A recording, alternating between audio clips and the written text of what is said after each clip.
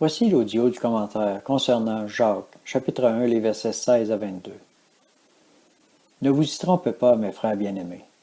Tout don excellent et tout cadeau parfait viennent d'en haut, du Père des Lumières, chez lequel il n'y a ni changement, ni ombre de variation. Il nous a engendrés selon sa volonté, par la parole de vérité, afin que nous soyons en quelque sorte les prémices de ses créatures. Sachez-le bien, mes frères bien-aimés, ainsi que tout homme soit prompt à écouter, lent à parler, lent à la colère. Car la colère de l'homme n'accomplit pas la justice de Dieu.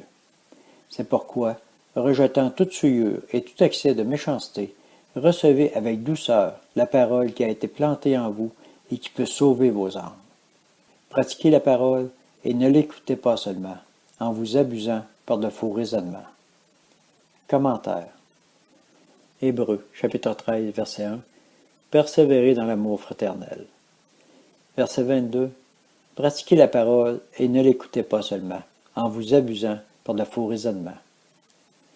2 Corinthiens, chapitre 4, verset 2. Nous refusons les cachotteries honteuses. Nous ne nous conduisons pas avec fourberie, et nous n'altérons pas la parole de Dieu. Mais en manifestant la vérité, nous nous recommandons à toute conscience humaine devant Dieu. Galates, chapitre 5, les versets 22 à 26. Mais le fruit de l'esprit est amour, joie, paix, patience, bonté, bienveillance, fidélité, douceur, maîtrise de soi. La loi n'est pas contre de telles choses.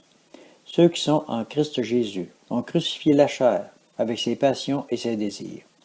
Si nous vivons par l'esprit, marchons aussi par l'esprit.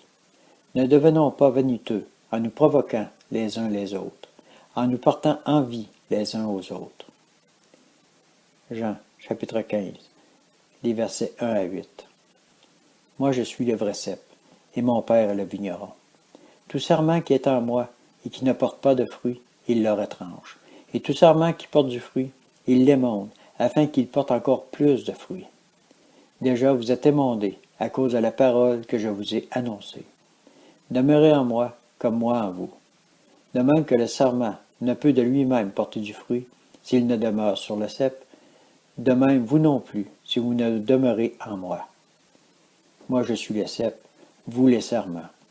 Celui qui demeure en moi, comme moi en lui, porte beaucoup de fruits, car sans moi, vous ne pouvez rien faire.